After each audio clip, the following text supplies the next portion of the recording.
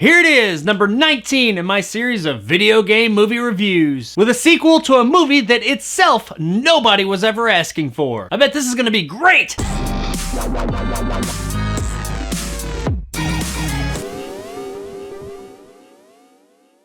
Bloodrayne 2: Deliverance is once again directed by the enigmatic Uwe Boll. This time around, it is 100 years later, and Rain finds herself in the Wild West. She's apparently still hunting all the vampires, which leads her to Billy the Kid, who here is a vampire himself. Who knew? And why not? Billy the Vampire's master plan is to take over the town of Deliverance, which the railroad will soon be coming to. He wants to convert the whole town to vampires, and when the railroad comes, they'll be able to spread out across the country and take over the world. Or at least America. Of course, this won't do, so it's up to Rain and her band of outlaws to stop Billy the Vampire's dastardly plans. And that's about it. As mentioned before, returning once again in the director's chair is Uwe Boll. Who is not returning this time around would be Christina Loken, who played Rain in the previous movie. But really, I mean, that doesn't really matter because this movie is equally as dull as the first one. I will say that this one's story is a little bit more coherent than the first, making it easier to follow and digest, and a smidgen more entertaining.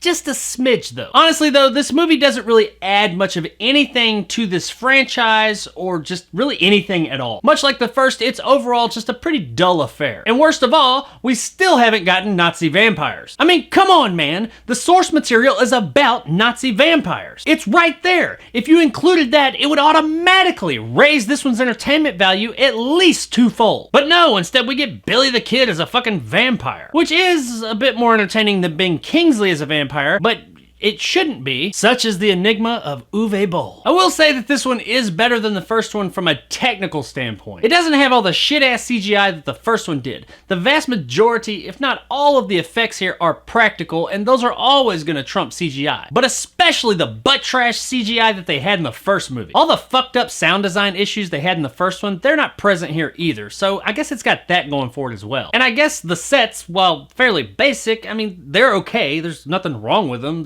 They work. Now, by me saying that technically this is better than the first one, that's not me necessarily saying that this is a good movie. It's not like it's a beautiful work of art or anything. Oh, no. Far from it. I'm just saying that it is better than the absolute piece of garbage that the first one was. But as mentioned earlier, just a smidge. Now, while there's not anything in this one that was outright offensively bad like there was in the first one, that doesn't change the fact that this movie is just overall dull and boring. I mean, there's stuff going on screen, but you just give no shits about it. None of it looks particularly good, none of the action's really that exciting, and the gore's not even like over the top or anything. I will give the first one that. It did have some gory moments that were at least somewhat fun. Our performances are, I mean, come on.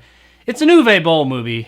We know by now what to expect. And that is exactly what you get. Exactly what you expect from any other Uwe Boll movie. That's what you get here. Dull, boring, uninspired shit. They could have at least done the performances like way over the top and hammy. That could have made it a bit more enjoyable. But no, they're just all kind of dull and there. Michael Eklund's Preacher is probably the only character and actor in this movie that seems like he's having at least a bit of a good time. And the scenes that he's included in were just a smidge better than the rest. Overall though, it's exactly what you expect. Bad Uwe Boll movie acting. At this point, I do have to kind of admire the fact that Uwe Boll is able to get funding for these movies. I mean, they're not getting any better. There are some points that they get worse. But somehow he keeps making them, and there's a lot more after this one too. I was on board with the guy, and I really wanted him to have a win. As I mentioned in a previous video, I do think the guy actually does have a passion for filmmaking. I think he wants to make good, exciting, fun movies. I just don't think he has the actual talent to do so. But even with that part of me that wants to root for that underdog for him to finally get his win, he is starting to kind of lose me here. I don't know how many more of these shit movies I can get through. It's becoming pretty tedious. Guys, I don't think it's any surprise to anybody that Bloodrayne 2: Deliverance is not a work of art. This movie has more or less the same problems as the original did, and pretty much every Uwe Boll movie does. However, it is slightly better than the original, so I will give it a bit of a bump in rating. But even with that bump,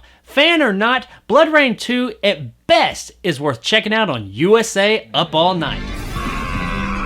It's not worth it! Hi, I'm Gilbert Gottfried. Hi, it's Miranda on USA. Up All Night. It's so big.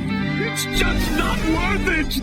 Like I said, this one is slightly better than the original, but that's not really saying much. And if you never see this one, you're not gonna be missing really anything at all. So there it is, guys, my review of Bloodrayne 2, Deliverance. Just deliver me from this fucking series already. If you enjoyed and want more content like this, hit that subscribe button and help my little channel grow. If you liked what I had to say, give me a like. If not, let me know in the comments below why. And as always, stay sexy, Deliverance. Let the children go.